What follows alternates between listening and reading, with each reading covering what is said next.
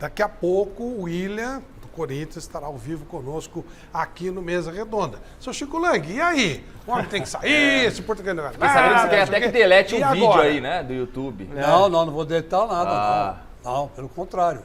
Eu não gostei da estreia dele, eu acho que ele não sabia por que ele estava lidando.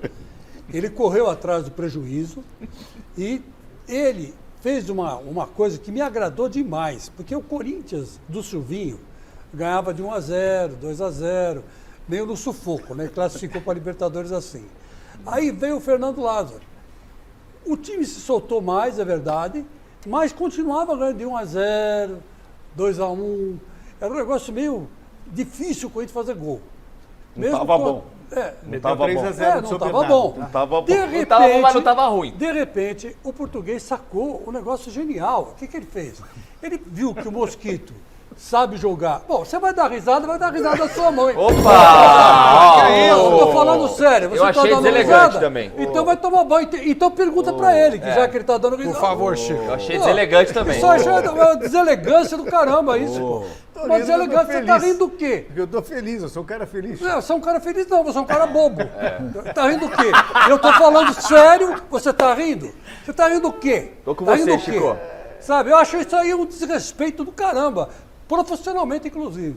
Não Chico, gostei. Chico, vamos lá. Não, ele pergunta pra ele deve saber. Não, ele Chico, deve ter a por favor, solução. acaba seu raciocínio, Ele tá, depois eu quero ele tá saber. tirando sarro da minha cara, então ele pergunta pra ele. Chico, porque a mudança é Ele e o Paulo radical. Sérgio, os dois estão rindo. Calma. Então Eu eles tô resolvem. quieto aqui, ó. Paulo. Eles que, Eu tô eles quieto que dêem a aqui, pô. explicação. Eu tô Eles que dêem a quieto. explicação. Eu vi o Paulo dando uma risadinha. Eu tô quieto. É bom, sabe, não, eu acho isso aí um absurdo. Eu vou ser bem sincero. Eu já vi, deixa ele eu já acabar o vi, raciocínio eu já vi dele. esses caras falarem uma porrada de besteira aqui Eu e tô eu fiquei quieto. quieto. Não, mas você Agora, riu. eles não, eles Você estão riu. rindo. É de Eu ia mim, um Eles estão pouquinho. rindo, isso é falta de respeito, cara. Eu não vou continuar falando com esses dois palhaços rindo.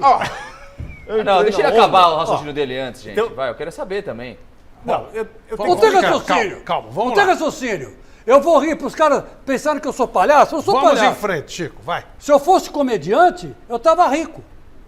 Eu tava em outro lugar. Vamos em frente. Tava trabalhando na Praça é Nossa, tava trabalhando em algum lugar. Ou tem respeito nessa porra dessa mesa, ou senão não adianta fazer mesmo. Protesto registrado, vamos em frente. O problema é o seguinte, ele pegou o quê? Ele pegou o Gustavo Mosquito, que ele viu que é rápido. Desde o começo, quando ele chegou, ele já chamou o Gustavo Mosquito para uma conversa. Ninguém sabia por quê. Aí, de repente, ele coloca o Roger Guedes e o Gustavo Mosquito para jogar e, como ele falou, em sentido vertical o gol. E, de repente, isso deu muito certo. Por que deu certo? Porque os dois, em sentido vertical o gol, eles liberaram o Paulinho e liberaram o Renato Augusto para criar no meio campo. Então não tinha o Juliano, é verdade, e o William ficou solto pela esquerda. Então, quer dizer, ficaram 3 caras flutuando o jogo inteiro em cima da Ponte Preta e os dois enfiados ali. O Roger Guedes não fez o gol, mas o Mosquito fez um gol, um golaço. Participou do gol do Renato Augusto, participou de grandes jogadas. Por quê? Porque o português já está pondo a mão dele no ataque. Então o Corinthians, que não fazia gol, fez 5. Você vai falar assim, mas a Ponte Preta é ruim. A Ponte Preta é um time ruim. Pode ser, eu concordo com você. Está ameaçada de rebaixamento? Pode ser que seja rebaixada. Muito Duvido que o provavelmente. Santos caia. Provavelmente seja. Mas era obrigação, né? Mas aqui entre nós, tirando a Ponte Preta, deixa pra lá, faz de conta que tem 11 cones ali, não tem jogador. O Corinthians mostrou sim ofensividade, que fazia tempo que não fazia isso, que não acontecia esse tipo de coisa. Então, por esse lado eu gostei muito. Agora A última esse negócio vitória dele colocar... 5-0 foi contra o Fluminense com o Wagner Mancini. Exatamente. Agora, você veja, é um jogo completamente diferente. O Wagner Mancini não tinha esses 5, como disse o Leão, que hoje o Portuga tem. Quer dizer, se o Wagner Mancini tivesse 5, que é um treinador brasileiro, talvez ele tirasse desse time do Corinthians muito mais do que ele tirou. Agora, no meu modo de ver, ele acertou nisso, ele já colocou o Wagner para jogar para a esquerda, porque ele já está pensando em fazer uma linha de 3, né? Ele já está no futuro, ele disse que gosta de variar durante o jogo, isso aí não é segredo para ninguém, isso o Leão cansou de fazer. Eu vi lá com o Santos naquela época lá do Robinho e do Diego, ele vivia fazendo isso. com o Renato, com o Elano, ele mudava o jogo do Santos durante a partida, de acordo com a fraqueza do adversário. Cansei de ver ele fazendo isso, porque o português não descobriu a América, né? Então, ele está só jogando, está começando a entender o elenco do Corinthians. E ele já percebeu que se o Paulinho e o Renato Augusto ficarem livres, e o William, por sua vez, ele deixar o William jogar e voltar para marcar, ele vai ter um grande time. E ontem eu até estranhei que deram o melhor de campo, o jogador. O Renato Augusto. Pro Renato Augusto, né? Escolhendo o Renato Augusto, melhor de campo. Eu achei que foi o William. O William jogou do começo ao fim. Inclusive, ele era para ser substituído, mas não foi. É porque o Lucas Piton sentiu uma cãibra. contusão. Cãibra. O, Sentiu cãibra.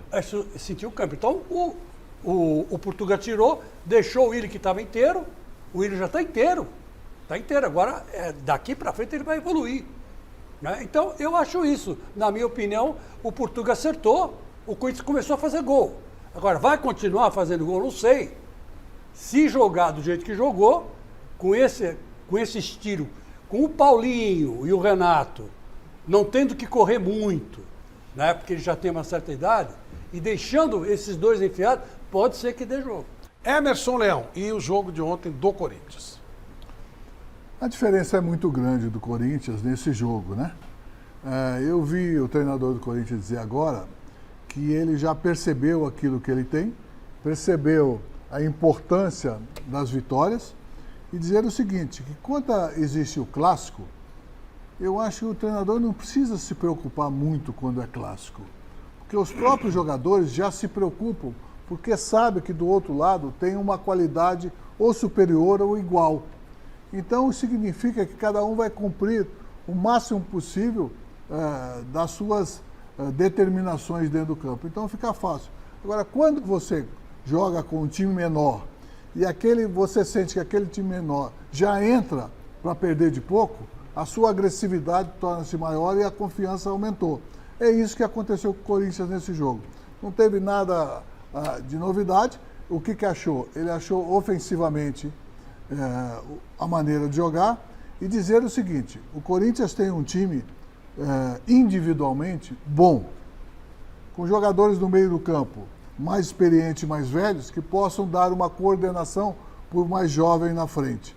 Agora, coletivamente, ele ainda está devendo repetições de bons jogos. Não faz um bom jogo aqui, daqui a 5 jogos ele vai fazer outro bom jogo. E hoje ele encontrou um bom jogo. Vocês estavam falando do William. Eu acho que chega a ser até um desperdício ver o William, às vezes parado na ponta esquerda, esperando a bola para agredir. Ele é um coordenador, um jogador criativo, desde que ele era garotinho.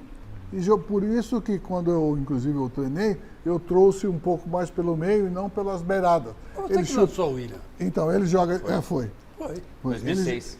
Ele chuta com a esquerda, ele chuta com a direita, ele é inteligente em velocidade. Isso é mais importante. Portanto, eu espero que essa vitória do Corinthians sirva de uma lição e de um aumento de confiança.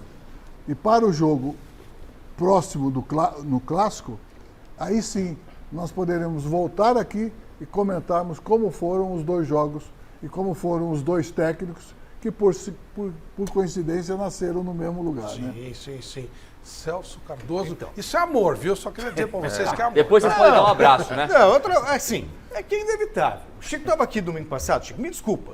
Esse português não sabe nada, não conhece o Corinthians, não devia ser contratado, que é isso, que era um absurdo ele ter tirado o Fagner. Eu acho que ele não conhecia o Corinthians mesmo, agora já conhece. Mas não até conhecia aí, nada. Mas aí, de repente, ele virou o gênio porque ganhou Não, o ele jogo. não, senhor. Eu não falei que ele virou um gênio. Aí eu comecei a rir. Eu só porque falei não que eu gostei da alteração que ele fez no ataque. Então, que o mas- Corinthians era um time bom e não Então, conseguia deixa eu fazer fazer uma pergunta. gol. Vamos imaginar. Eu E acho agora que, pegou a Ponte Preta e meteu 5. assim, deu tudo certo, o Corinthians tem mais velocidade, isso é verdade, está mais ofensivo, tem mais intensidade para tentar roubar a bola no campo de ataque, ok.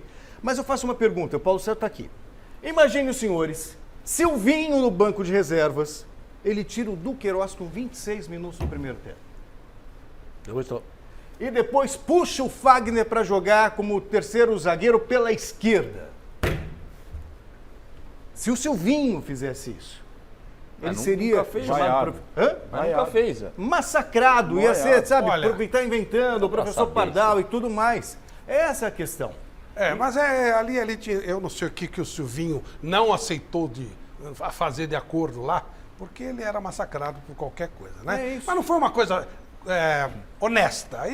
Aí tem aquelas coisas do futebol que a gente não sabe exatamente o que é e tal. O Silvinho já está em Portugal, está no sim, Porto, claro. Agora, está nos assistindo lá, o que ele fez muito bem. Eu concordo com o Chico. Eu quero que colocar mais um personagem importante na roda. vai lá, Pode então ser? põe.